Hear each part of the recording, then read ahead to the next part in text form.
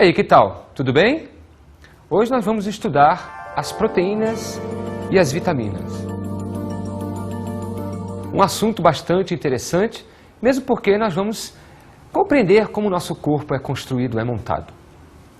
Mas antes, deixa eu te fazer uma pergunta. Por que os halterofilistas tomam suplementos de aminoácidos quando estão lá malhando? É interessante, né? Quanto mais eles malham, mais eles tomam esses suplementos. Ou então, quando nós estamos doentes, por que os médicos nos receitam complexos de vitaminas?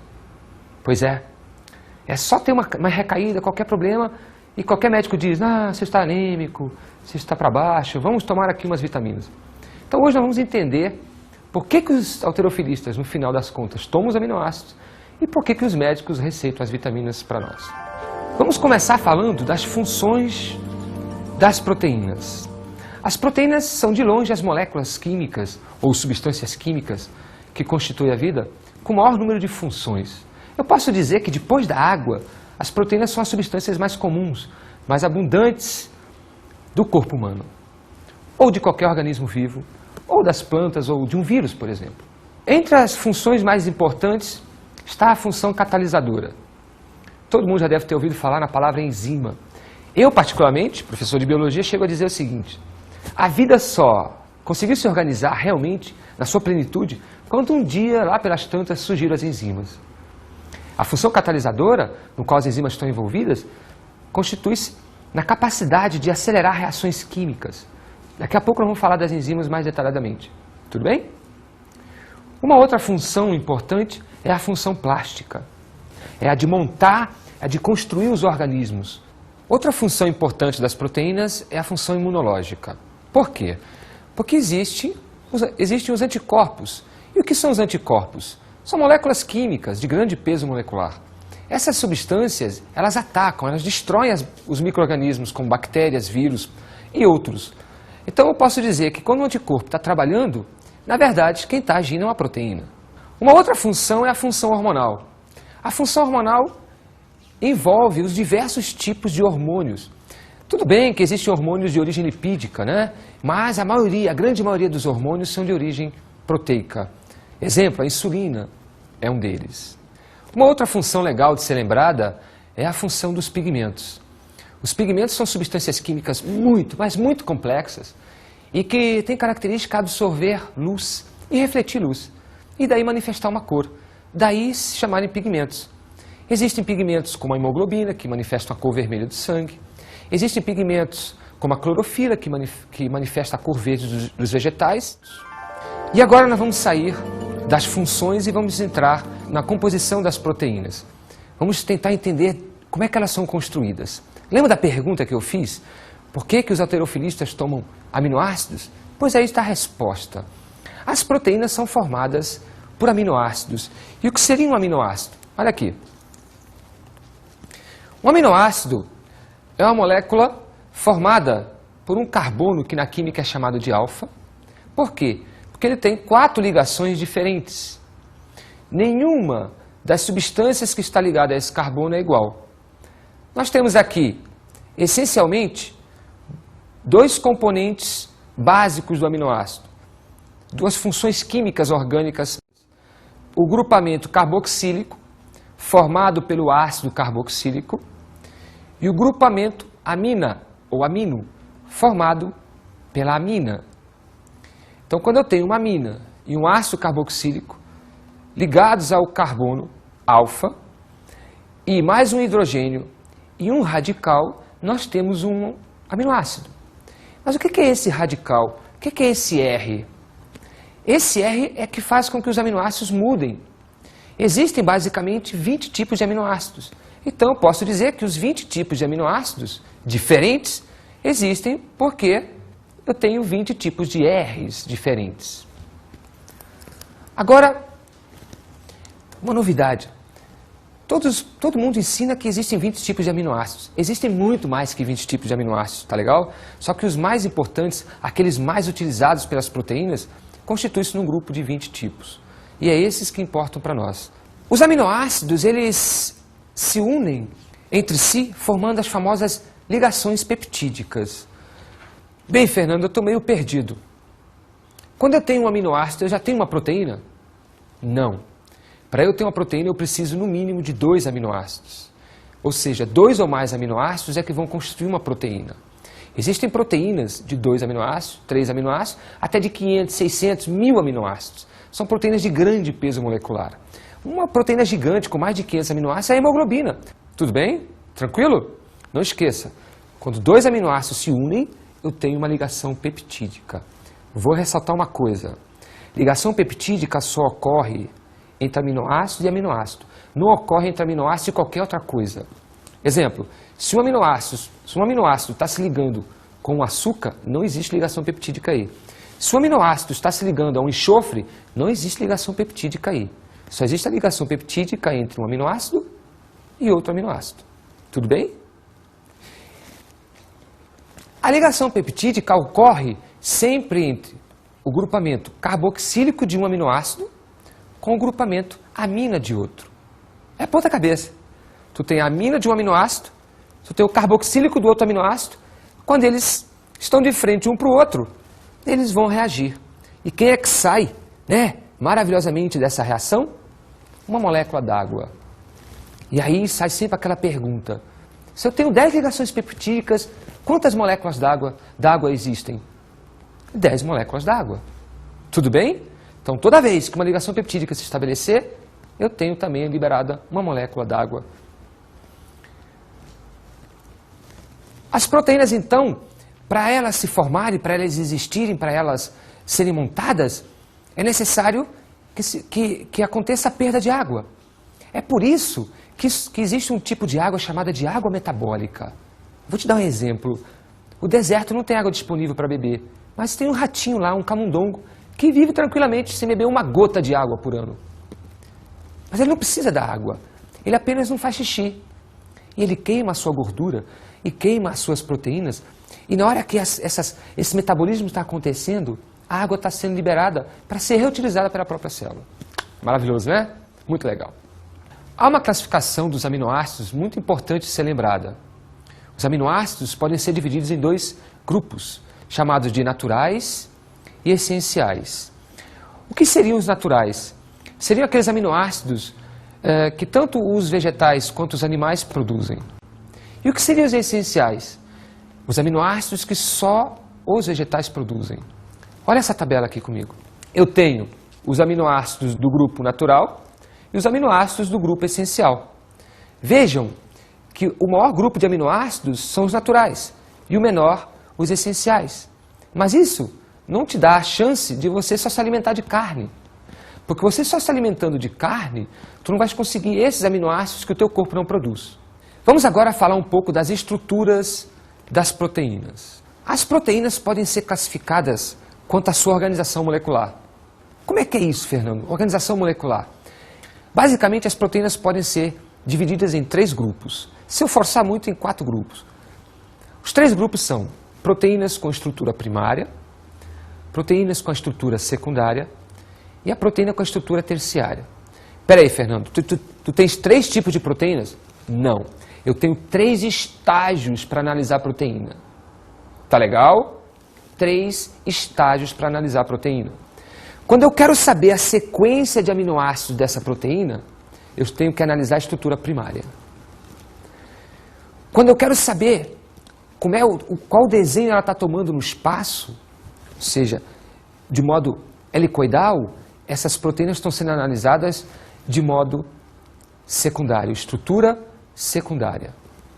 E quando eu consigo vislumbrar, consigo ver a forma com que a proteína toma no espaço e ela sempre vai existir daquele modo, eu estou diante do estágio terciário.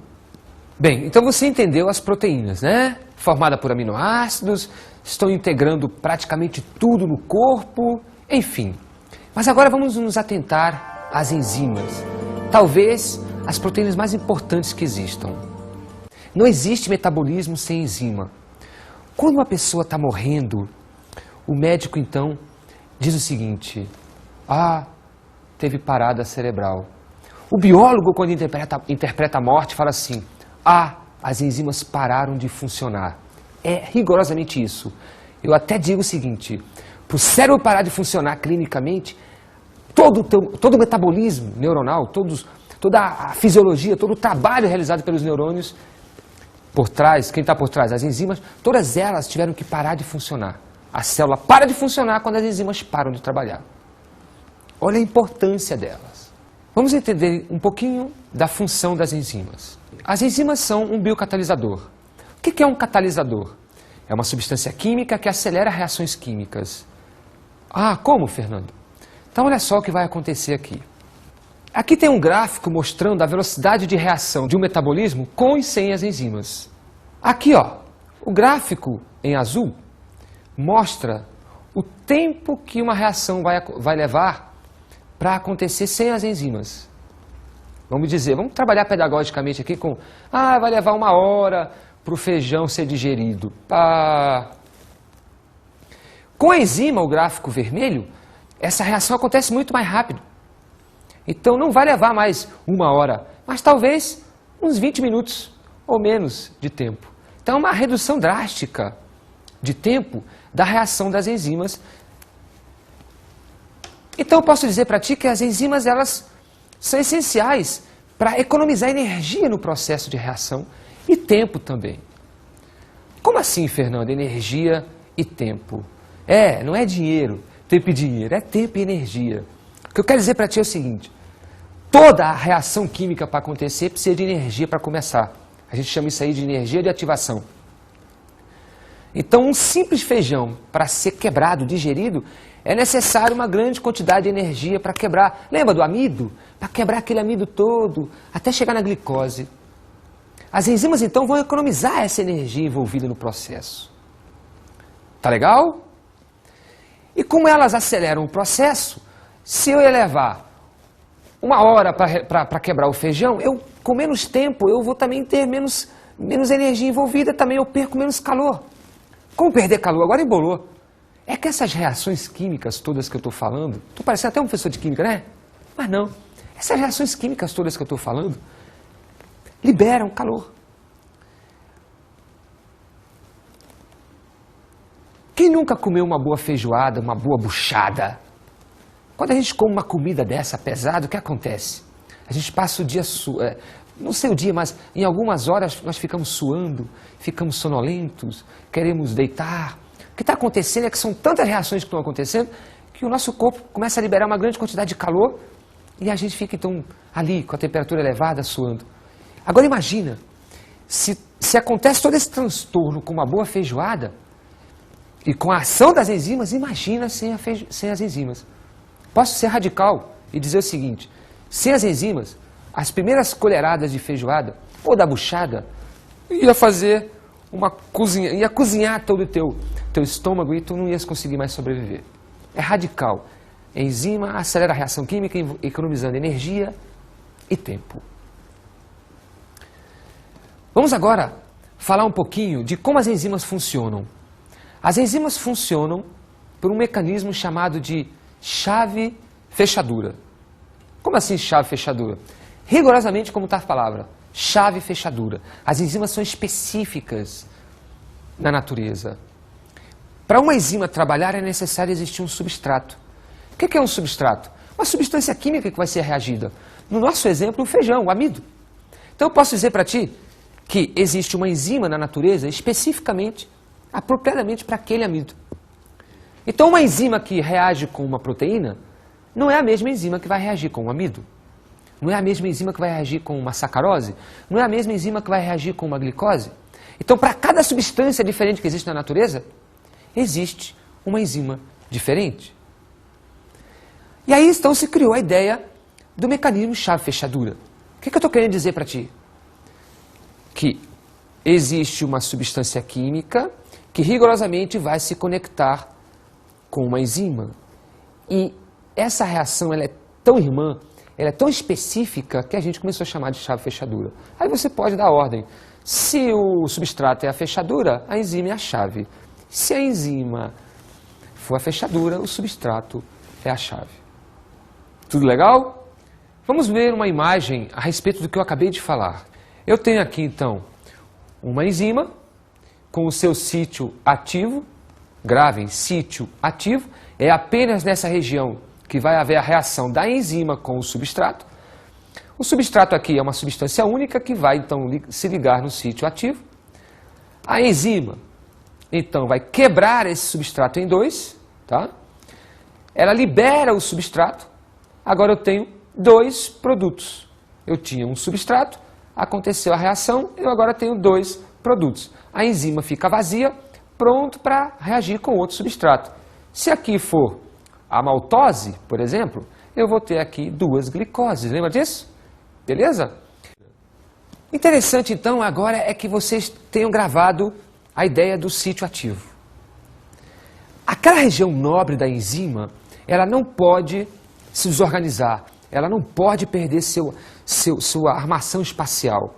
Se ela perder aquela sua armação, aquela sua organização espacial, ela não mais conseguirá se unir com o substrato específico, no nosso exemplo, na maltose. E aí, eu posso dizer que a enzima ficou inativa. Quando uma enzima ela fica inativa, um dos processos pode ser a desnaturação. O quê? Desnaturação. Desnaturação é o fenômeno onde as enzimas perdem a sua organização, perdem a sua estrutura espacial, desligam, desmoronam o seu sítio ativo e elas não conseguem nunca mais funcionar. A desnaturação só tem um caminho, só a perda da enzima, só a quebra da enzima, não tem volta. Tá legal? Existem alguns fatores que alteram a velocidade de trabalho das enzimas. Vou citar dois basicamente, a temperatura e o pH. As enzimas são rainhas, elas exigem um meio ótimo. Elas não gostam de muito calor nem de muito frio. E algumas delas gostam de meios muito ácidos, meios neutros e meios básicos. Vamos entender então como é que a temperatura influencia as enzimas. Olha aqui comigo. Você perceba que as extremidades desse gráfico mostram que o trabalho das enzimas praticamente é zero, não existe. Então, as baixas temperaturas e as altas temperaturas, as enzimas não trabalham muito bem. Mas se você perceber, existe aqui uma temperatura ótima. Vamos seguir essa linha pontilhada aqui, ó. Temperatura ótima em torno de 40 graus Celsius. Não é à toa que a nossa temperatura oscila em torno de 36,5 graus, muito próximo do máximo. Mas tem bactérias que trabalham aqui, mas não precisam de muito mais que isso. Porém, se a temperatura extrapolar os 40 graus Celsius e chegar a mais de 50 graus Celsius, aí as enzimas não suportam e elas perdem o seu sítio ativo, elas perdem a sua organização espacial e elas então desnaturam para nunca mais funcionar. É o que acontece com o bife. Quando toma o calor, quando recebe o calor, ele perde a sua organização inicial e o que era vermelho passa a ser marrom. Tá? Desnaturou tudo, não tem volta. Um outro tipo de fator que altera as enzimas é o pH. As enzimas são muito exigentes. São tão exigentes que, por exemplo, as enzimas que funcionam no estômago, só para dar um exemplo, elas só funcionam no estômago e não funcionam em nenhum outro lugar. Por quê? Porque o estômago é ácido. E existem enzimas que só funcionam em meio ácido. Tu pode botar uma enzima estomacal no intestino ou na boca, ela não vai funcionar. E também tu pode pegar uma enzima da boca e colocar no estômago, que ela não vai funcionar. Então, olha só essa imagem dos gráficos em relação ao pH. Aqui está a velocidade de trabalho da enzima e aqui está o gráfico onde mostra a variação de pH. Eu tenho o 7 como pH neutro e aí tudo que está antes de 7 é ácido, tudo que está depois de 7 é básico ou alcalino. Observem como tem uma enzima que trabalha no máximo quando o pH está ácido, muito ácido, pH do estômago, muito ácido. Tem uma outra enzima que vai trabalhar no máximo quando o pH está neutro, no caso a amilase salivar. Tem uma outra enzima que vai trabalhar no máximo quando o pH está básico ou alcalino. Então tu tens aqui 3 tipos de enzimas funcionando em meios diferentes. Se tu trocar qualquer meio e fizer qualquer jogada aqui, elas simplesmente vão beirar o zero e não vão funcionar. Vamos agora falar um pouquinho das vitaminas. Mas por que eu botei vitaminas e proteínas na mesma aula? Não dá para dissociar. Por que eu coloquei vitaminas logo depois das enzimas? Também não dá para dissociar. É que as vitaminas, essencialmente, são substâncias que vão estar ativando, ligando enzimas. Não só essa função, mas essa é a primordial. Então eu posso dizer para você, já começando, que vitaminas são substâncias muito complexas e que a maioria delas estão envolvidas com a atividade das enzimas, que são proteínas.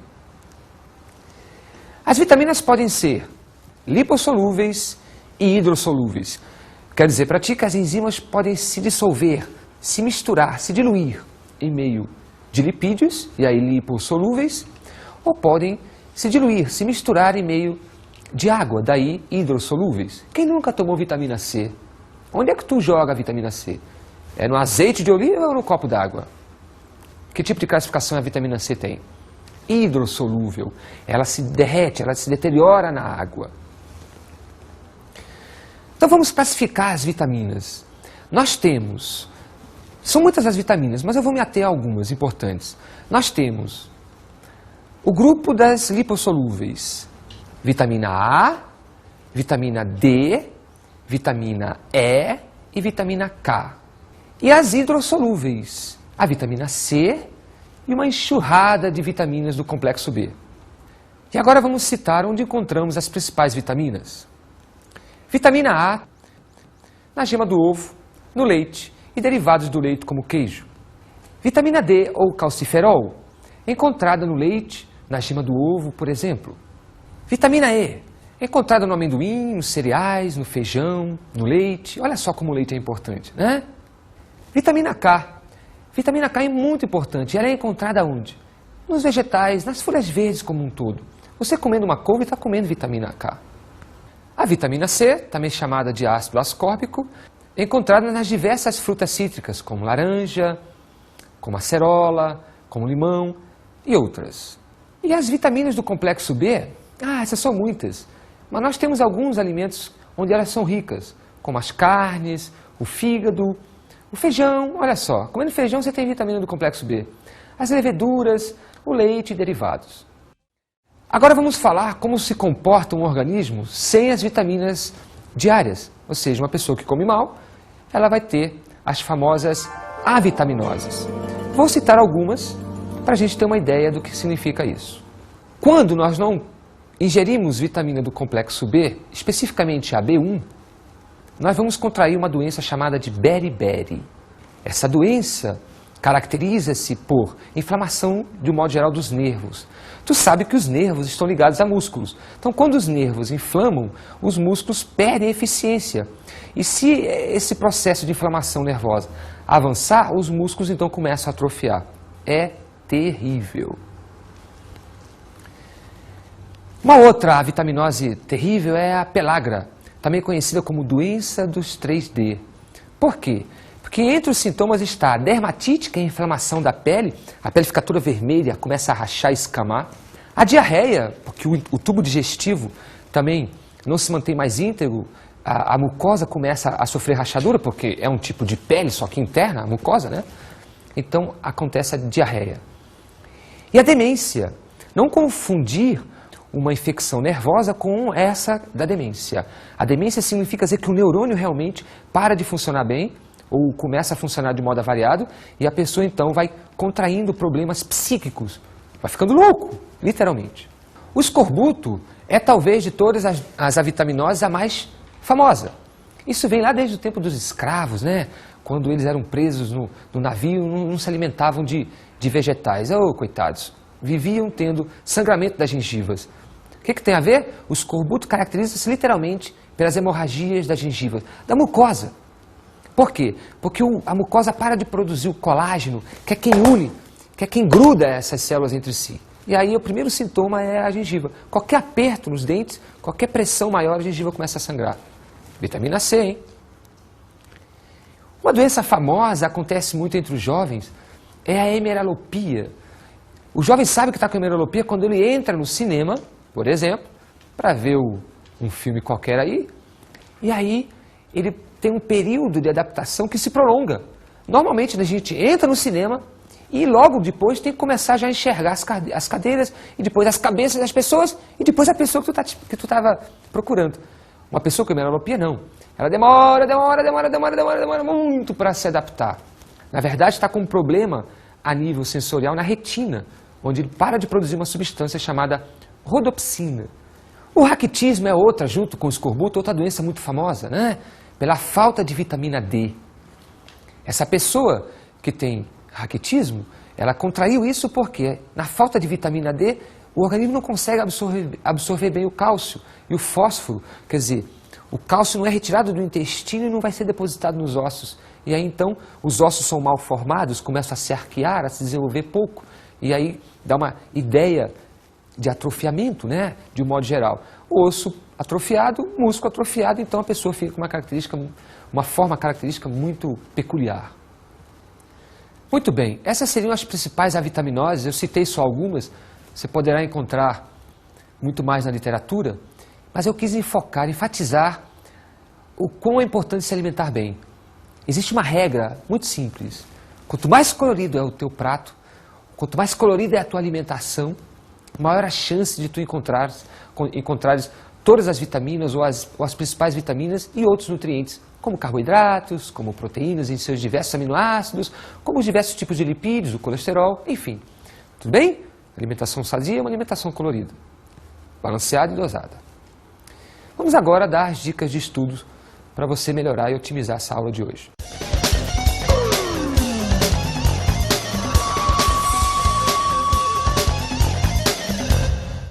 Agora que você já conhece os carboidratos e os lipídios da aula anterior e complementou agora com as vitaminas e as proteínas, eu já posso te dar a seguinte dica.